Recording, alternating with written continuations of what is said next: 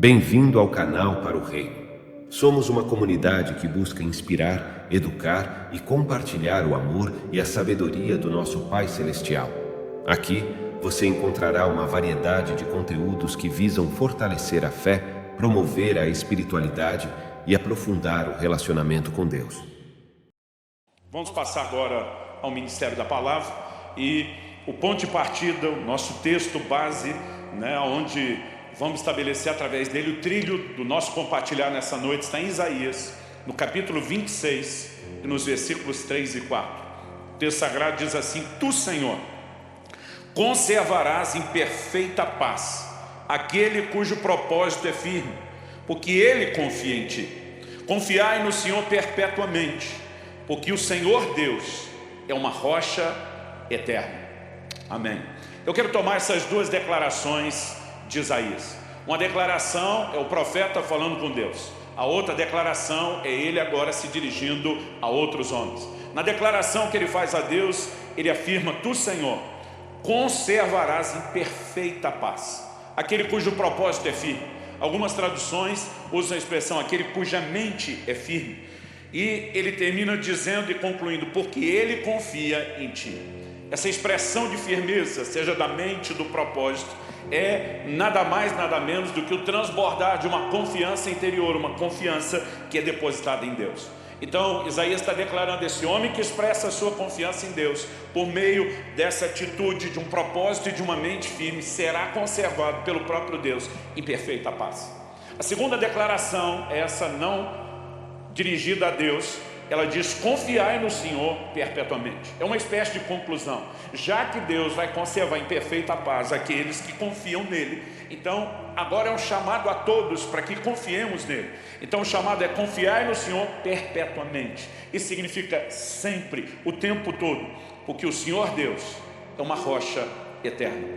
Essa palavra muito usada nas Escrituras, uma rocha, ela não tem o mesmo significado para nós que ouvimos hoje. Pensamos só num pedaço de pedra, quase nem sempre imaginamos um monte, algo elevado, mas a ideia sempre é de um lugar de segurança, é de um lugar de proteção. Então nós precisamos entender o que é confiar em Deus, ser guardado por Ele em perfeita paz. Se a Bíblia está dizendo que o Senhor é uma rocha eterna, significa que nós vamos precisar dele como rocha, significa que nós vamos precisar dele como lugar de abrigo e de proteção. E se precisamos de Deus como lugar de abrigo e de proteção, não podemos deduzir que nós não enfrentaremos do lado de fora os problemas, que nós não passaremos por adversidades, que nós não enfrentaremos dificuldades, mas que, a despeito delas, podemos encontrar em Deus o nosso refúgio, podemos encontrar nele um lugar de segurança. E pelo posicionamento e a decisão de confiarmos no Senhor, podemos ser conservados, guardados em paz. Eu quero compartilhar com você algo que é o resultado de uma escolha, uma decisão de confiar em Deus, que é viver uma paz extraordinária. Paz, como declara o apóstolo Paulo aos Filipenses, que excede todo entendimento. E o tema da minha mensagem, numa hora tão importante como essa, tão necessária como essa, é: cultive a paz interior.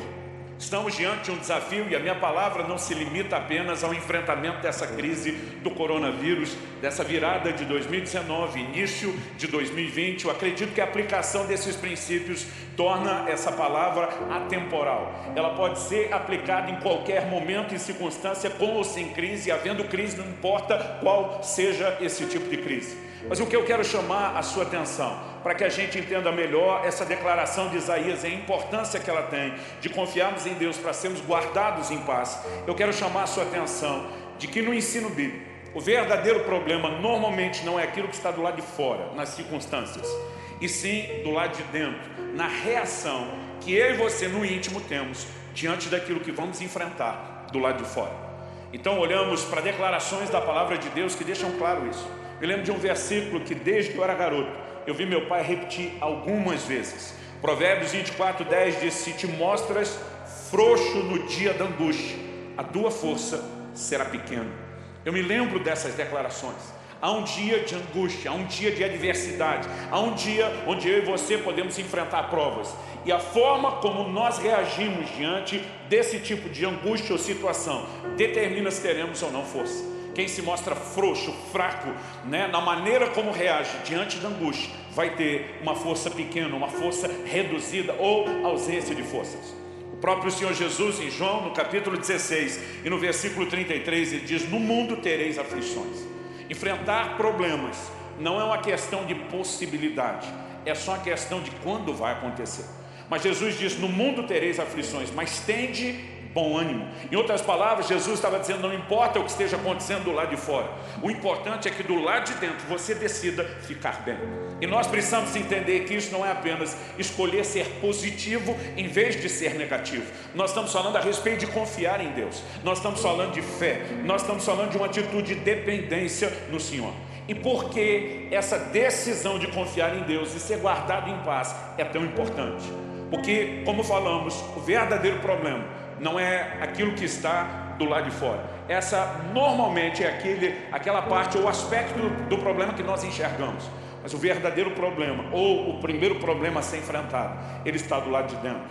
E o primeiro ponto que eu quero destacar, ao construir essa ideia bíblica da importância de se cultivar a paz interior, é que nós precisamos reconhecer a realidade dos problemas internos. E agora estamos falando de sentimentos, de pensamentos, de atitudes, de reações que eu e você podemos ter diante da adversidade.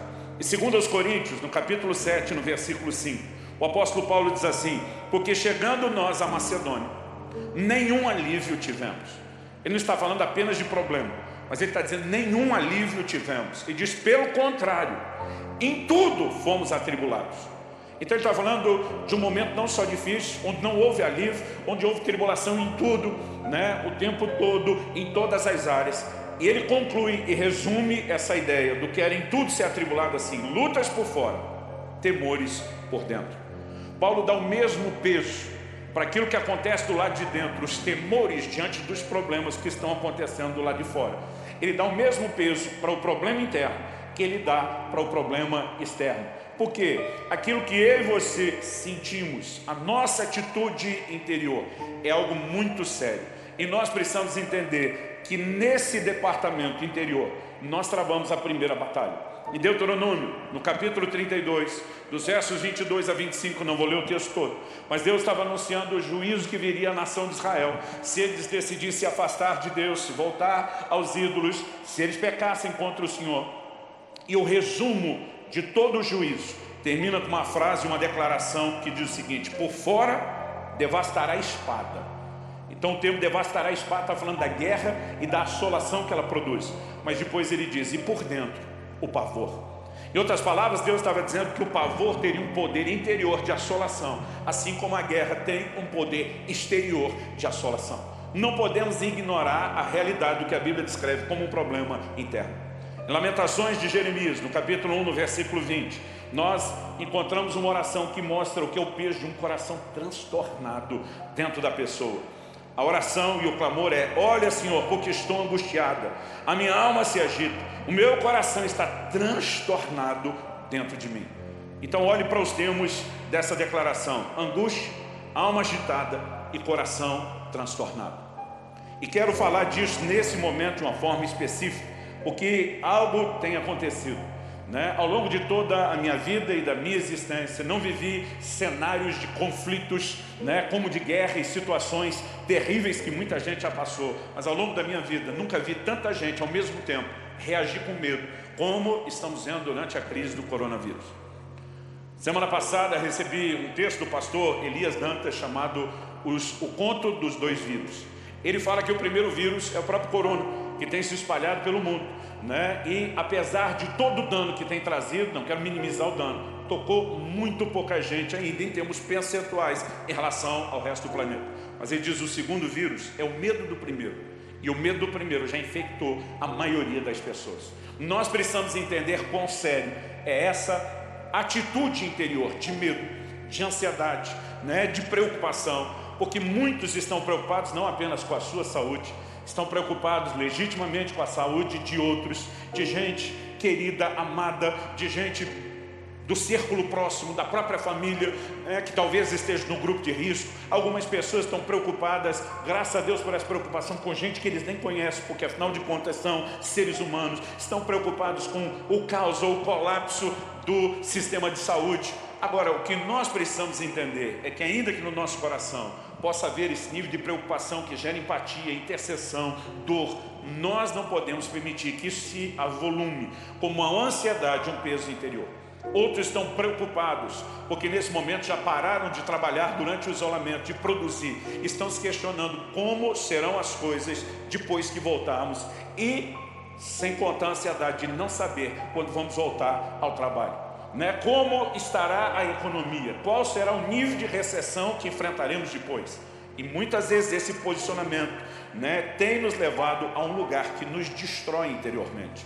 Então, vamos considerar o que a palavra de Deus fala a respeito dessa questão interior do medo, do pavor, da ansiedade, da preocupação. No livro de Deuteronômio, eu quero ler alguns desses versículos. No capítulo 20, dos versículos 1 a 3, Deus começa a dar instruções sobre quando a nação de Israel for sair à guerra. E uma das primeiras instruções é que não fosse permitido ou tolerado o medo dentro deles. Porque se o medo entrasse no coração daqueles guerreiros, a batalha estava perdida antes de ser travada. E tem muita gente sendo vencida nesse primeiro estágio, que diz respeito a sentimentos, a atitudes interiores, a preocupação e a ansiedade.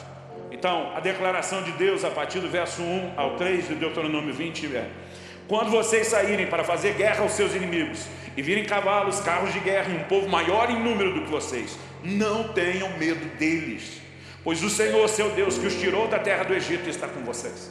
Deus está dizendo que a razão para não ter medo não é fingir que não tem problema, é reconhecer que a despeito do problema nós podemos desfrutar a presença de Deus e, por conseguinte, a intervenção e a manifestação do poder desse Deus que está presente conosco.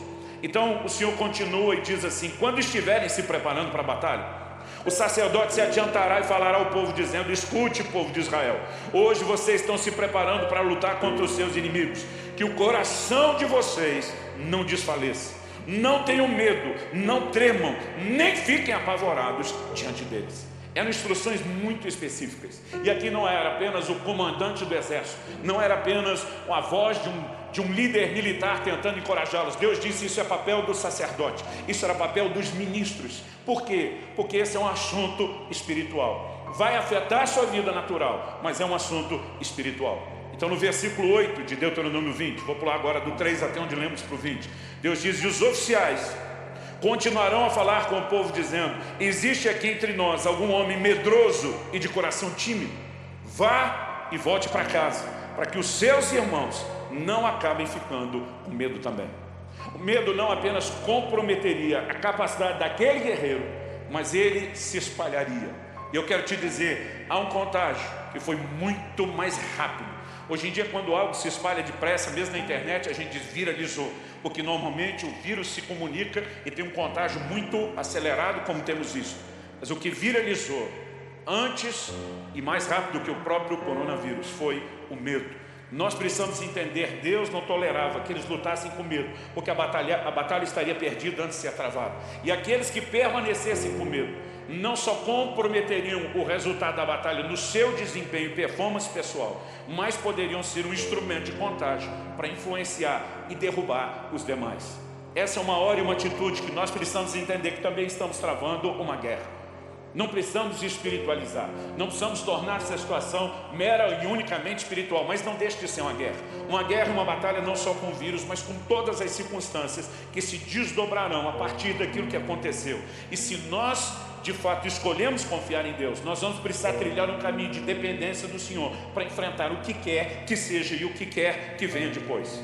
Muitos estão sendo nesse momento assolados, literalmente assolados, dentro de si, no seu íntimo, no seu interior, pela ansiedade, pelo medo e pelas preocupações. Billy Graham, finado Billy Graham, grande homem de Deus, disse: a ansiedade é o resultado natural de centralizarmos nossas esperanças em qualquer coisa menor do que Deus e sua vontade para nós. Essa é uma hora que precisamos lembrar do que é depender de Deus, precisamos lembrar do que é confiar em Deus. Então, assim como existe um problema interior, como descrevemos, o medo, a ansiedade, as preocupações, é necessário que haja um posicionamento também interior, uma atitude interior para resistir esse medo que tem um poder devastador tão grande. Então eu quero falar um pouco a respeito da importância dessa atitude. Nós começamos vendo em Isaías 26, no versículo 3, que Deus vai nos conservar em perfeita paz. Isso fala de algo que Deus faz. Mas a Bíblia diz que Deus vai conservar em paz aquele que confia no Senhor. Então existe algo que nós fazemos. E nós precisamos entender o que é essa sociedade, o que é essa interação entre o homem e Deus, o que é a parte de Deus e o que é a parte humana. Porque nem Deus vai fazer o que Ele quer fazer sozinho, e nem o homem pode sozinho lidar com essa situação. Então, no Novo Testamento encontramos uma declaração do Senhor Jesus que nos mostra a junção dessas duas coisas, a intervenção divina e a responsabilidade humana. Em João, no capítulo 14, no versículo 27, Jesus diz: deixo-vos a minha paz vos dou. Não vou lá dou como o mundo a dá. Ele diz: não se turbe o vosso coração. Eu quero ler esse mesmo texto na Nova Almeida atualizada. Ele diz: deixo com vocês a minha paz lhes dou. Não lhes dou a paz como o mundo a dá. Que o coração de vocês não fique angustiado, nem com medo. O que nós precisamos entender é, embora a paz proceda de Deus, é Deus que nos concede em perfeita paz. Paulo, escrevendo aos Gálatas, refere a paz como fruto do Espírito.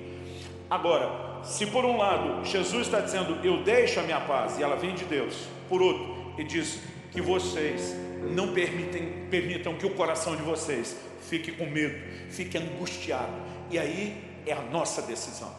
Eu diria que isso é algo parecido com quando a gente pensa no fogo, né? A paz que Deus quer trazer é como fogo, mas nós temos a responsabilidade de colocar a lenha, de manter esse fogo aceso, e isso está relacionado com a nossa atitude. Precisamos entender que não só uma atitude interior, mas há uma intervenção de Deus que pode se manifestar no nosso íntimo. Em Efésios, no capítulo 3, no versículo 16, quando o apóstolo Paulo está orando por esses irmãos, ele acrescenta a seguinte declaração: para que segundo a riqueza da sua glória, está falando de Deus, vos conceda que sejais fortalecidos com poder, mediante o seu Espírito, no homem interior. Há uma ação de Deus manifestando poder no homem interior, do lado de dentro, e nós precisamos entender a dinâmica dessa operação. Porque muitas vezes pensamos no poder apenas como uma manifestação da unção, da glória, da atuação dos dons. Há o revestimento de forças interior, para que eu e você possamos vencer o medo e a ansiedade e tudo aquilo que tem sido a nossa verdadeira batalha no íntimo. Eu olho para alguns relatos da Bíblia e eu me inspiro, seja no Velho ou no Novo Testamento. Nós vamos encontrar gente que entendeu a importância de uma atitude interior correta. Por exemplo, quando aqueles 12 espias enviados por Moisés voltam dos 40 dias olhando a terra de Canaã, 10 deles voltam com relatório de desânimo. Ele diz: olha, a terra até que é boa, mas tem gigantes. Os gigantes habitam em cidades fortificadas. As cidades fortificadas estão no alto dos montes. E a Bíblia nos mostra que a fé vem por ouvir a palavra de Deus. Mas eu gosto de dizer que a dúvida também vem por ouvir, e ouvir qualquer coisa contrária à palavra de Deus. A Bíblia diz que o coração do povo se derreteu ouvindo esses homens. Mas dois daqueles 12, diferente dos primeiros 10, Josué e Caleb, eles têm um outro discurso. Eles começam a reconhecer a realidade do problema, não ignoram os gigantes, mas eles começam a dizer: ausentou-se deles a sua segurança, o Senhor é conosco, nós não vamos temê-los, nós vamos consumi-los como pão. Nesse momento, eles estão mostrando que decidiram colocar os olhos em Deus, confiar em Deus e não se deixar abater diante das circunstâncias. Quando vamos para o Novo Testamento, em Atos 16, encontramos Paulo e Silas. Foram presos pregando o evangelho na cidade de Filipos. Imagino que muito crente no lugar dele estaria resmungando com Deus, reclamando com Deus, que por ter obedecido tinha dado tudo errado. Mais diferente, a Bíblia diz lá pela meia-noite. Meia-noite naquela época é diferente hoje, quando alguns de nós ainda nem fomos dormir. Era metade da noite mesmo. A Bíblia diz lá pela meia-noite, esses dois estavam acordados, não deixavam ninguém dormir. Porque a Bíblia diz que eles oravam, cantavam louvores e os presos escutavam. Qual é a atitude interior desses dois? Não importa o que enfrentamos do lado de fora, nós não vamos deixar de acreditar em Deus, nós não vamos deixar de confiar em Deus, nós não vamos deixar de buscar a Deus. Muita gente, ante das circunstâncias, rapidamente deixa de buscar o Senhor, e os problemas só revelaram a falta de conexão que já havia dentro delas. Enquanto esses dois estão orando e cantando louvores, um terremoto vem sobre o cárcere, as cadeias se abrem, porque é nesse ambiente onde nós focamos em Deus e não no problema, que as maiores manifestações dos céus acontecem. Você pode olhar para as Escrituras, você pode olhar ao longo da história e você vai perceber que isso se repete. Então, se nós queremos viver as manifestações de Deus, não é hora de nos assustarmos com o que está acontecendo lá de fora. E eu não quero diminuir a gravidade do que está acontecendo lá de fora. Eu quero exaltar o Deus em quem eu e você podemos confiar, a despeito do que aconteça do lado de fora. E olhando para as Escrituras, eu vejo gente que teve o posicionamento correto. E é importante você entender que decidir não ceder à ansiedade, à preocupação, ao medo, preocupação, eu falo daquilo que nos destrói. Porque eu não quero vender uma imagem aqui de irresponsabilidade. Eu, por exemplo, tenho construído o meu futuro porque decidi ser responsável nas minhas escolhas, me preparando para uma série de coisas. A palavra de Deus mostra que quando o Senhor revela que haveria 7 anos de prosperidade, Ele dá essa revelação a José, que por sua vez, junto com a revelação comunicada ao faraó, dá um conselho. Ele diz: aproveita os 7 anos de prosperidade para estocar, trabalha com provisionamento, para que quando a crise chegue, você possa sobreviver a ela. Então, eu não estou dizendo que a palavra de Deus não fala sobre a importância de você racionalmente ser responsável. Eu estou falando daquele outro nível de preocupação que é doentia. Porque nesse momento tem gente que se preparou para enfrentar um problema de saúde, se ancorando o quê? Nos seus bons planos, nos seus recursos e num sistema de saúde que funcione. E se nós estivermos diante de um colapso, o que adiantou tudo isso? Então mesmo os responsáveis, gente que juntou dinheiro para enfrentar uma crise, mas não tem noção, mesmo com dinheiro guardado, do que será uma recessão que possa vir depois. Então a pergunta é: como nós estamos agindo em relação ao futuro? Preocupações no sentido de questionamentos que começam a nos destruir por dentro, antes mesmo do cenário se desenvolver. Olhando para as Escrituras, eu percebo o ensino claro do nosso Senhor Jesus, que mostra que ansiedade e fé estão em rota de colisão, são coisas completamente opostas. Em Mateus, Evangelho de Mateus, no capítulo 6, eu quero ler do versículo 25 a 34. São vários versículos, mas são palavras de nosso Senhor que ainda servem de instrução para mim e para você. Jesus diz: por isso digo a vocês, não se preocupem com a sua vida. Aqui ele não está falando da preocupação responsável, ele está falando da preocupação desnecessária, destrutiva, ansiedade.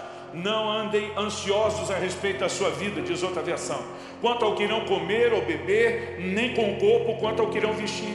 Ele diz: não é a vida mais do que o alimento, e não é o corpo mais do que as roupas. Observem as aves dos céus, que não semeiam, não colhem, nem juntam em celeiros. No entanto, o Pai de vocês que está no céu as sustenta. Será que vocês não valem muito mais do que as aves? E aqui Jesus mostra que uma das coisas que sustenta o nosso posicionamento de confiança nele é entender o valor que nós temos aos olhos dele. Jesus está dizendo: vocês têm valor aos olhos do Pai. É por isso que vocês podem acreditar que Ele vai cuidar de vocês. Vocês são importantes aos olhos de Deus. Jesus está dizendo: é por isso que você pode esperar que Ele vai estar de olho em você e em tudo aquilo que você possa vir enfrentar. Então Jesus continua e diz: quem de vocês, por mais que se preocupe, pode acrescentar um côvado ao curso da sua vida? Em outras palavras, Jesus está dizendo o que é que essa preocupação destrutiva vai resolver, o que é que ela vai mudar, o que é que ela vai melhorar. Vou falar sobre isso depois. Ele continua e diz: por que se preocupam com o que vão vestir? Observem como crescem os lírios do campo, eles não trabalham nem fiam. Eu, porém, afirmo a vocês que nem Salomão, em toda a sua glória, se vestiu como qualquer deles. Ora, se Deus veste assim a erva do campo que hoje existe e amanhã lançada no forno, não fará muito mais, quero dar o destaque a muito mais, não fará muito mais por vocês, homens de pequena fé. Portanto, não se preocupem dizendo que comeremos, que beberemos ou com que nos vestiremos. Jesus diz que quem está cedendo a esse nível de ansiedade e preocupação é alguém classificado como gente de pequena fé. Depois ele diz: porque os gentios, então aqui ele está falando dos povos que não conhecem nem temem a Deus. Os gentios é que procuram todas essas coisas, correr atrás do que é material, desesperados, sem ter uma fonte de confiança como nós podemos ter em Deus. Ele diz: o Pai de vocês que está nos céus sabe que vocês precisam de todas elas, mas busquem em primeiro lugar o reino de Deus e a sua justiça, e todas essas coisas lhes serão acrescentadas. Jesus está dizendo: priorize Deus, seu relacionamento com Deus, e o resto vem a reboque. Eu vi muita gente que estava dizendo: pastor, eu não tenho tempo de ler a Bíblia, eu não tenho tempo para ter um devocional decente, porque a minha vida é corrida. Mas eu tenho visto gente agora que depois de 2 semanas de confinamento reclama do tédio de não ter o que fazer, mas continua não orando, nem lendo a Bíblia, nem buscando a Deus. Porque na verdade, quando algo é importante para nós vamos arrumar tempo para aquilo. E não importa como a vida de alguém é corrida, se Deus ocupa um lugar de importância, você vai separar tempo para Ele. Agora, quem não criou esse nível de convicção, quando tem tempo sobrando e não sabe o que fazer com ele, também não sabe buscar Deus, porque nunca treinou isso como deveria. Eu acredito que essa é uma hora de nós realinharmos valores dentro de nós. E Deus precisa ser, de fato, quem está em primeiro lugar. O reino de Deus precisa ser buscado em primeiro lugar. E nós precisamos fazer isso crendo que o Senhor vai cuidar do resto. Olhando para as Escrituras, ainda vejo Jesus, que termina no verso 34, dizendo: portanto, não se preocupem com o dia de amanhã. Ele diz: pois o amanhã trará os seus cuidados, os seus problemas. Ele diz: basta a cada dia o seu próprio mal. Meu pai resumia esse texto dizendo: viva um dia de cada vez, encare um problema de cada vez. Nesse momento nós já temos vários problemas no presente para nos ocupar. Nós não podemos nos antecipar a desdobramentos econômicos ou do sistema de saúde de uma forma como não sabemos, e sermos destruídos pelo medo. Alguns estão dizendo que o medo, além do dano emocional, espiritual, que eu estou tentando destacar aqui atrás, ainda pode comprometer a tua imunidade e te deixar ainda mais vulnerável. Nós precisamos ouvir o ensino do Senhor Jesus. O apóstolo Paulo também fala sobre a ansiedade. Em Filipenses, no capítulo 4, no versículo 6, ele diz: não andeis ansiosos de coisa alguma. Coisa alguma significa nada, absolutamente nada. Não andeis ansiosos de coisa alguma. Qual é o contraponto disso? Ele diz no mesmo versículo: em tudo, porém, sejam conhecidas diante de Deus as vossas petições, pela oração, pela súplica, com ações de graças. A pergunta é: existe algo nos incomodando? Sim. Estamos levando isso a Deus? Se estamos levando isso a Deus em oração, isso mostra que nós estamos confiando em Deus. Se não estamos levando isso a Deus em oração, mostra que a nossa preocupação é gratuita e será danosa. Qual o resultado de ter a atitude interior correta? O versículo seguinte, 7 de Filipenses 4, diz: e a paz de Deus, que excede todo entendimento, guardará o vosso coração e a vossa mente em Cristo Jesus. Eu vou repetir: a paz de Deus que excede todo entendimento. Não há explicação para quando você cede a esse lugar interior de fé e confiança do que Deus pode fazer dentro de você. De vez em quando eu vejo gente dizendo: pastor, o senhor fala como quem não tem problema. Eu digo: se você pudesse assistir um filme acelerado da minha vida, você veria muitas circunstâncias e momentos onde o desespero, o medo, a ansiedade, a preocupação veio e bateu com força. Mas eu e você precisamos sempre fazer uma escolha. Há quase 22 anos atrás, quando Israel, meu filho primogênito, estava nascendo, nós tivemos uma complicação muito séria na hora do parto. Israel está vivo hoje por um milagre. Isso são declarações de médicos que nem tinham a mesma fé como eu tenho. Foi o reconhecimento deles. Eu vi uma intervenção de Deus, mas na hora que bateu aquele desespero que estava me destruindo por dentro, porque o medo tem esse poder de destruir. Eu lembro que o Espírito Santo me chamou a atenção para a necessidade de fazer uma escolha. E eu decidi vencer aquilo, eu decidi confiar. E naquele momento algo sobrenatural aconteceu. O medo desapareceu. A paz que excede o entendimento, que a gente não consegue explicar, encheu o meu coração. E depois, do lado de fora, nas circunstâncias, eu vi uma ação e uma intervenção de Deus. Mas nós precisamos reconhecer que a escolha de confiar em Deus vai guardar o nosso coração e a nossa mente. Porque ele está dizendo de um coração e mente que precisam ser guardados. Porque se a ansiedade, medo ou preocupação, o nosso íntimo está sendo destruído. Mas quando a paz de Deus entra, quando nós entramos nesse lugar de paz interior, a despeito do que está acontecendo lá de fora, não há dano para o coração, não há dano para a mente. Assim como Isaías 26 diz que o Senhor vai conservar em perfeita paz. Isso fala de Deus nos guardando, de Deus nos protegendo. Eu gosto de uma declaração de John Blanchard. Ele diz: a ansiedade nunca fortalece você para o amanhã, ela apenas o enfraquece para o dia de hoje.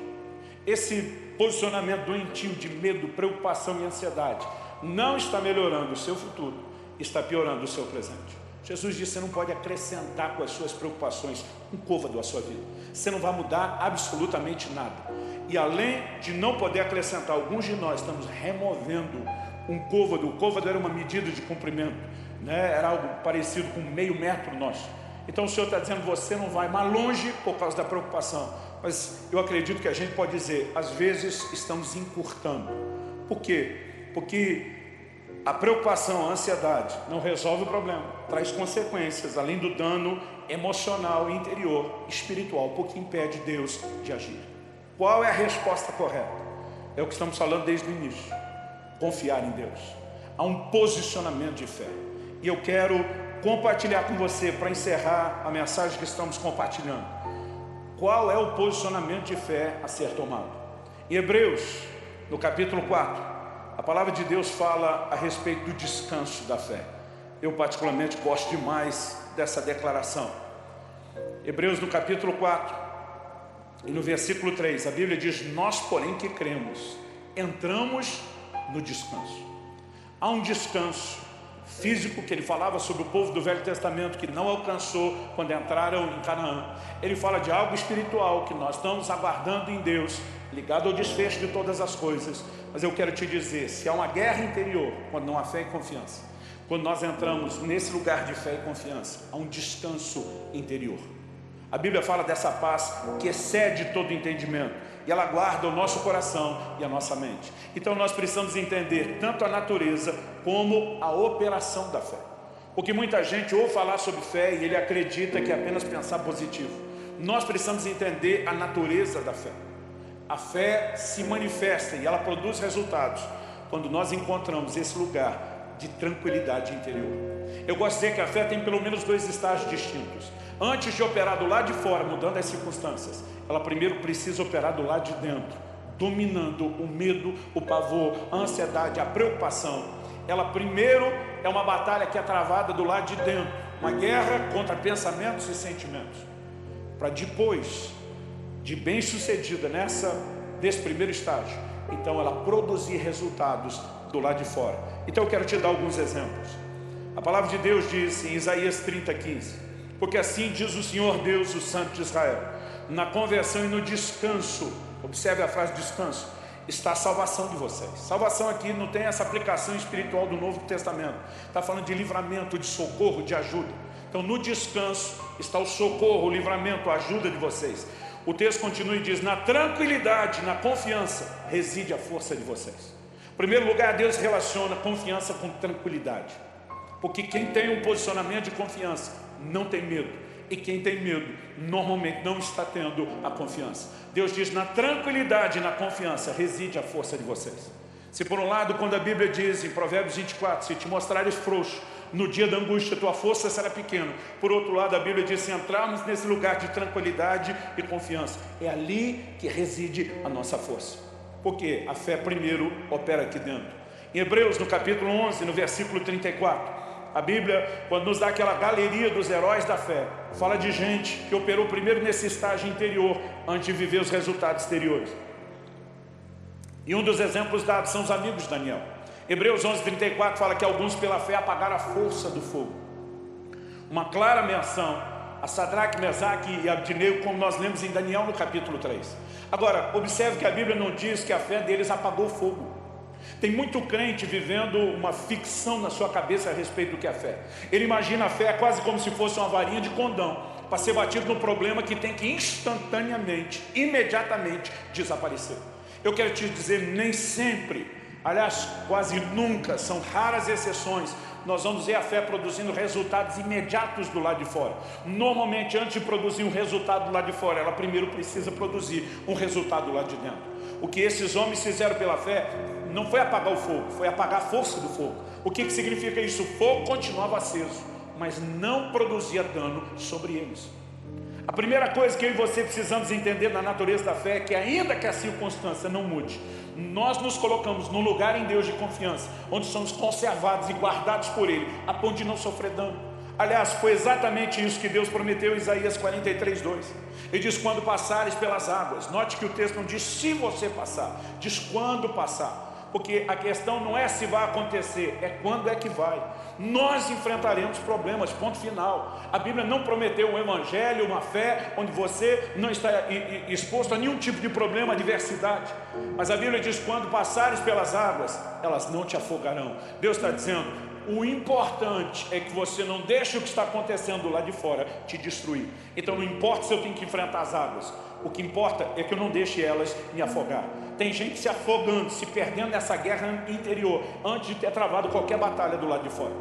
Aí o texto continua e diz: quando passares pelo fogo, ele não te queimará, e a chama não arderá em você. Deus está dizendo o seguinte, que independente do fogo está ardendo lá de fora, ele não precisa me queimar, ele não precisa me destruir. Então o primeiro resultado da fé não é mudar o que acontece lá de fora, é blindar a mim e a você no meio do problema, para que a gente não seja afetado por aquilo que está acontecendo. O livro de Daniel, falando de Sadraque, Mesaque e Abednego, quando saem da fornalha, a Bíblia diz que as pessoas reconheceram que o fogo não teve poder algum sobre eles. Então tem um momento onde eles saem do fogo, sim. Tem um momento onde as circunstâncias mudam, graças a Deus. E eu e você temos que esperar que isso aconteça na nossa vida, mas antes nós precisamos apagar a força do fogo e não deixá-lo ter domínio sobre nós. Então a questão agora, não importa o que eu e você estejamos enfrentando num momento como esse, principalmente de problemas que estão sendo ampliados exponencialmente por essa crise que desconhecemos o seu desfecho, nós precisamos ter uma atitude de confiar em Deus. Alguém disse que o verdadeiro problema não é aquilo que está do lado de fora, é aquilo que está do lado de dentro, é a forma como nós olhamos para aquilo, é a maneira como nós nos relacionamos com o que acontece do lado de fora. Precisamos de uma escolha. Assim como no dia do parto do meu filho, eu precisei, em primeiro lugar, apagar a força do fogo e vencer o medo, para depois ver a intervenção do lado de fora. Ao longo das Escrituras vamos encontrar a repetição desse padrão. Quando Jesus vem ao encontro dos seus discípulos andando sobre as águas, e quando as pessoas me perguntam sobre uma boa definição de fé, eu digo, bom, além daquilo que já é explícito na Escritura, Hebreus 11:1, que diz que a fé é a convicção das coisas que não se veem e a certeza de coisas que se esperam. Quando me perguntam, pastor, qual uma definição de fé a mais que o senhor gosta de dar? Eu gosto de tomar como exemplo esse episódio, de quando Jesus vem andando sobre as águas, a tempestade está rolando solto, e antes de intervir na tempestade, Jesus mostra que ele não tem nenhum medo dela, e que ele pode se mover sobre ela. Quando Pedro vê Jesus chegando, e a mensagem de Jesus é: não temas, porque normalmente essa declaração é muito repetida num contexto onde se espera fé. Daqui a pouco eu volto a falar disso. Pedro olha para Jesus e diz: és tu, manda-me ter contigo. Jesus olha para o Pedro e diz: vem. E o Pedro sai, ele anda sobre as águas, ou como disse alguém muito bem, ele anda sobre a palavra de Jesus, que ele decidiu acreditar. E normalmente as pessoas gostam de falar do Pedro que não acreditou. Eu gosto de olhar para o Pedro que acreditou. Em algum momento ele deixou de acreditar, sim. Então vai lá a minha definição de fé. Fé é olhar para Jesus no meio da tempestade. Agora, se você quer saber minha definição de incredulidade, incredulidade é olhar para a tempestade em vez de olhar para Jesus. Porque onde você coloca os seus olhos vai te afetar. Enquanto Pedro está olhando para Jesus, ele tem a capacidade de vencer e se mover sobre a tempestade, como Jesus está se movendo. Mas quando ele começa a olhar a tempestade, ele perde o foco de Jesus e ele deixa de experimentar aquilo que Jesus poderia fazer, e ele volta a ter o medo que as circunstâncias produzem. Mas a história não terminou aí. As pessoas normalmente falam do Pedro como se ele fosse só incrédulo. Em primeiro lugar, ele fez o que a maioria, ou a grande maioria, quase todo mundo, no lugar dele não teria feito. Ele decidiu acreditar e andou sobre as águas. Se você quer saber, ele não andou uma vez só. Porque depois que começa a afundar, e ele vê que está abortando o sobrenatural, porque colocou os olhos nas circunstâncias em vez de Jesus, ele decide lutar contra aquilo. E a hora que ele clama para o Senhor Jesus: socorre-me! E a Bíblia diz que o Senhor estendeu a mão e o socorreu. E a Bíblia diz que os dois voltaram para o barco. Você acha que Jesus voltou nadando com Pedro? Nós podemos dizer que Pedro andou a ida e a volta. Ele, depois de começar a abortar o processo, tem um posicionamento de fé, ele luta para não perder aquilo, e o Senhor intervém. Mas é só depois que os dois entram no barco que a Bíblia diz que a tempestade se acalmou, que o vento cessou. A pergunta é: se a tempestade é que estava trazendo medo e Jesus ia intervir, ele não poderia começar dissipando a tempestade? Não. Porque a fé, antes de produzir resultado do lado de fora, ela primeiro precisa produzir resultado do lado de dentro. É depois que eu e você deixamos de temer a tempestade, é depois que eu e você entendemos que com Jesus podemos nos mover sobre ela, que haverá intervenção do lado de fora na circunstância. Isso significa o quê? Que não há compatibilidade entre a fé e o medo, entre a fé e a ansiedade. Muitas vezes nós vamos ver Jesus usando essa expressão para as pessoas: não temos. Para Jairo, pai daquela garota que estava enfermo, e daqui a pouco ele recebe a notícia: olha, tua filha morreu, não incomode mais o mestre. Jesus vira para o chefe da sinagoga e diz: não temas, crê somente. Em outras palavras, Jesus está dizendo que só deixa lugar para a fé no seu coração, não dê lugar ao medo, porque se o medo entrar, a fé começa a sair. Aliás, George Miller, um homem de fé, um dos gigantes e heróis da fé dos tempos modernos, um homem que chegou a sustentar cerca de 6.000 crianças nos seus orfanatos ao longo da sua vida, sem ajuda governamental ou de qualquer instituição que o ajudasse de forma permanente. Alguém que pela fé, alguém que termina os seus dias com milhares e milhares e milhares de orações respondidas e contabilizadas nos seus cadernos de oração. Alguém que pela fé decidiu cuidar desse desafio. Ele costumava afirmar, um homem de fé experimentado: onde começa a fé, a ansiedade termina. Onde começa a ansiedade, a fé termina. Os dois não ocupam o mesmo ambiente, nem o mesmo coração. Quando a fé entra, o medo tem que sair.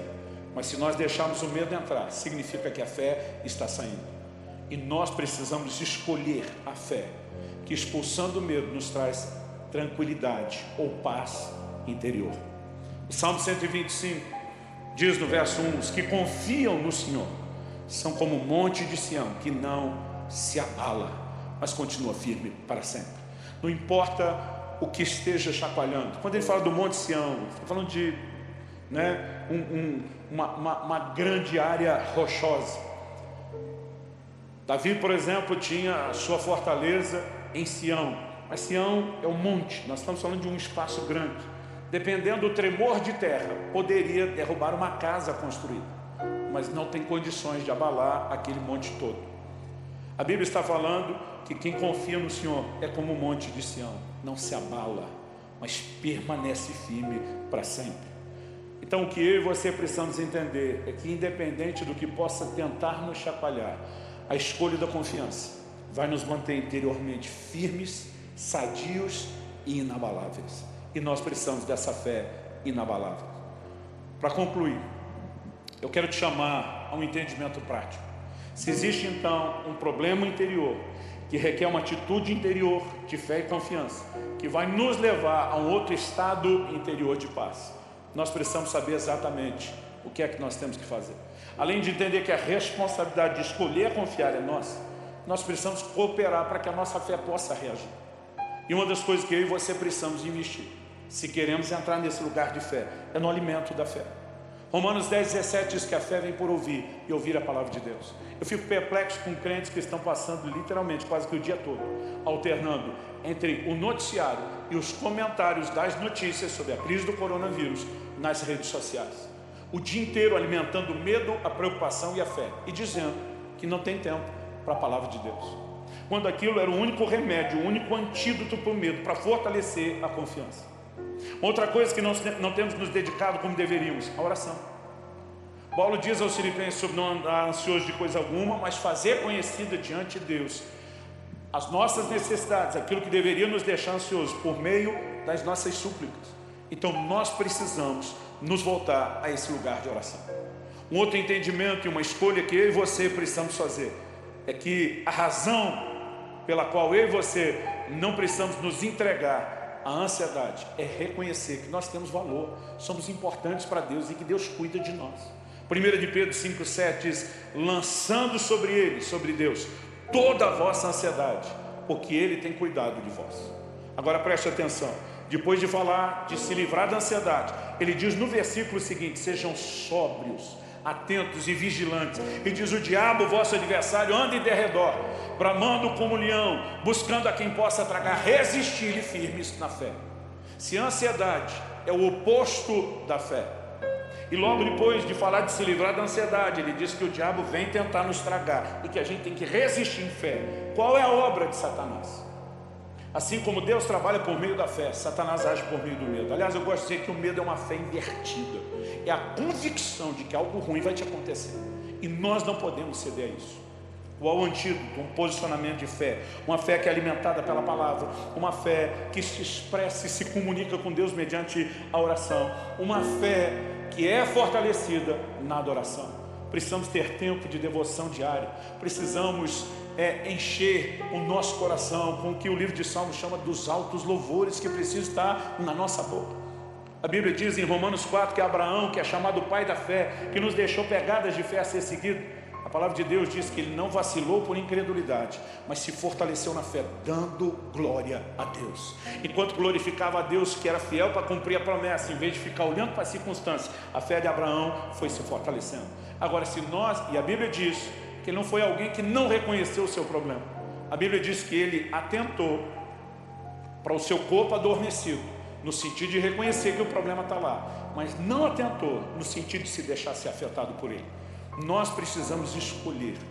E se nesse momento nós nos voltarmos à palavra, a oração e a adoração, nossa fé e confiança serão fortalecidas. O resultado, a Bíblia diz, o Senhor vai nos conservar em perfeita paz. Essa ideia da conserva sempre me faz lembrar de alimentos em conserva, em especial o pepino, coisa que aqui no sul, é muito consumida e apreciada, talvez mais do que no resto do Brasil. Aquela água temperada tem o poder de não deixar que aquele pepino que fica muito tempo ali dentro não se estrague. Deus também tem uma conserva para a minha mente, para a sua mente, para o meu e o seu coração. Paulo diz, e a paz de Deus que excede todo entendimento vai guardar sua mente e o coração. Deus vai nos conservar em perfeita paz. Em outras palavras, Ele não vai deixar que a gente seja deteriorado pelo efeito do medo. As pessoas têm perguntado, pastor, o que é que o senhor acha que vem depois da crise? Eu tenho dito, eu não faço a menor ideia. Não tem como estabelecer prognóstico algum que seja certo ou exato. Mas uma coisa que eu faço não só ideia, eu tenho certeza e convicção. Eu sirvo a um Deus que cuida de mim.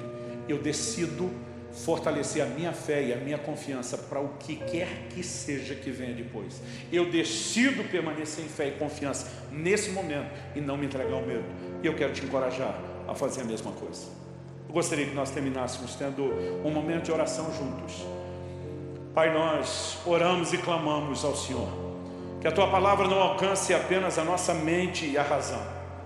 Nós oramos que ela desperte o nosso íntimo para uma atitude, um posicionamento, uma resposta clara para Ti. Nós oramos que ela venha com aplicação bem pessoal na vida de cada um. E nós oramos que nessa hora o Senhor possa vivificar a medida de fé que o Senhor tem repartido com cada um dos meus irmãos, como diz a Tua palavra. Eu oro por fortalecimento na fé. Eu oro que isso aconteça nesse momento debaixo de um sopro do Teu Espírito, que os ajude não apenas a entender, mas a praticar e a se posicionar na Tua palavra. Que porções das Escrituras que já têm alimentado o coração deles em outros momentos voltem com força, não apenas como uma lembrança comum ao natural, mas como fruto de uma ação sobrenatural do Senhor. Eu oro que nessa hora aqueles que estão sendo devastados por dentro pelo medo, como muitas vezes a espada já devastou por fora e assolou por fora nas guerras, eu oro que esse quadro seja mudado por um posicionamento de fé e confiança. Eu oro por uma intervenção do alto na vida de cada um deles. Eu oro por fortalecimento nessa hora, em nome do Senhor Jesus e para a glória de Deus. Que a boa mão do Senhor os envolva, que haja despertamento espiritual e que ao se posicionarem diante do Senhor, experimentem a paz que excede todo entendimento e que ela se manifeste de uma forma tão intensa e poderosa que se torne um atrativo para aqueles outros à volta, amigos, vizinhos, familiares que não conseguiram entrar nesse mesmo lugar. Nós oramos em nome do Senhor Jesus. Antes de terminar, eu quero ainda dar uma breve palavra. Ao longo dos meus anos de ministério, quase sempre que falamos de fé, principalmente quando temos tempo, além do ensino bíblico, para compartilhar experiências que demonstram que esse poder de Deus se manifesta hoje nos nossos dias, eu costumo ouvir gente que me procure, com palavras diferentes, eles acabam dizendo praticamente a mesma coisa. Muitos me dizem, como eu consigo ter uma fé como a sua? Eu quero muito ter essa atitude de fé, mas parece que eu não consigo. E normalmente meu conselho para essas pessoas é o seguinte: para que você possa ter fé, primeiro você tem que trazer para dentro da sua vida o que a Bíblia chama de o autor da fé. Jesus é chamado nas Escrituras de o autor e o consumador da fé. Não dá para você ter fé sem colocar o autor da fé para o lado de dentro primeiro. E o primeiro passo que você precisa é entregar sua vida a Jesus. Se você não fez isso ainda, eu quero falar de uma forma direta, franca e honesta ao seu coração. Faça isso agora, não deixe isso para depois. Talvez você está aqui nesse momento assistindo e se afastou do Senhor Jesus, está precisando de reconciliação, e você sente o quanto a fé esfriou dentro de você, mas você pode reacendê-la ao trazer o autor da fé novamente para a sua vida, ou trazer a sua vida de volta nas mãos do autor da fé. O meu apelo ao seu coração: faça isso agora.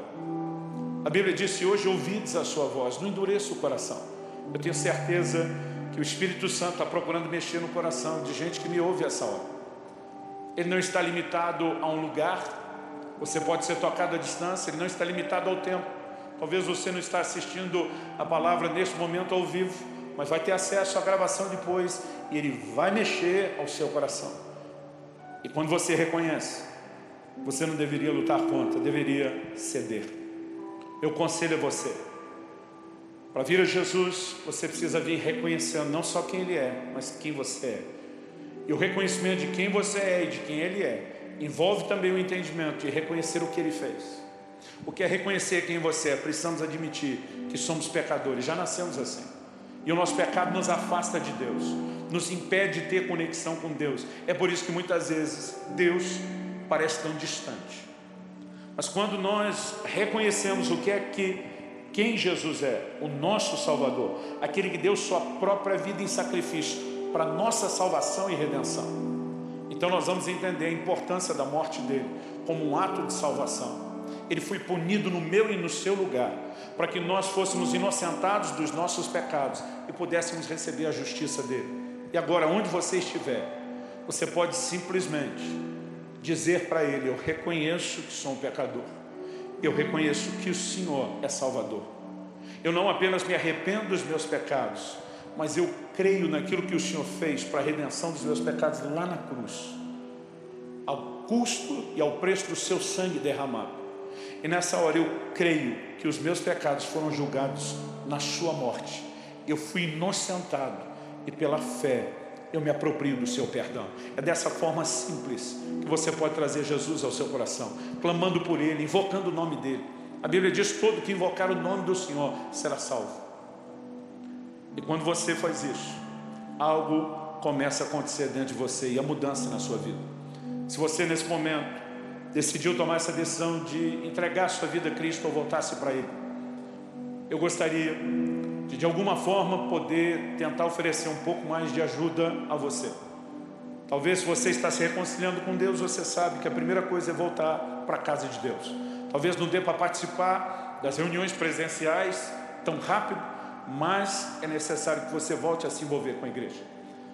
Mas se você tomar essa decisão, o primeiro nível de confiança e fé que você tem que ter é que Deus vai dirigir os seus passos, os seus caminhos. Mas é importante que você se una à família da fé e se deixe ser fortalecido. Muito obrigado pelo seu tempo, pela sua atenção, pela sua decisão. Que Deus te abençoe ricamente, em nome de Jesus.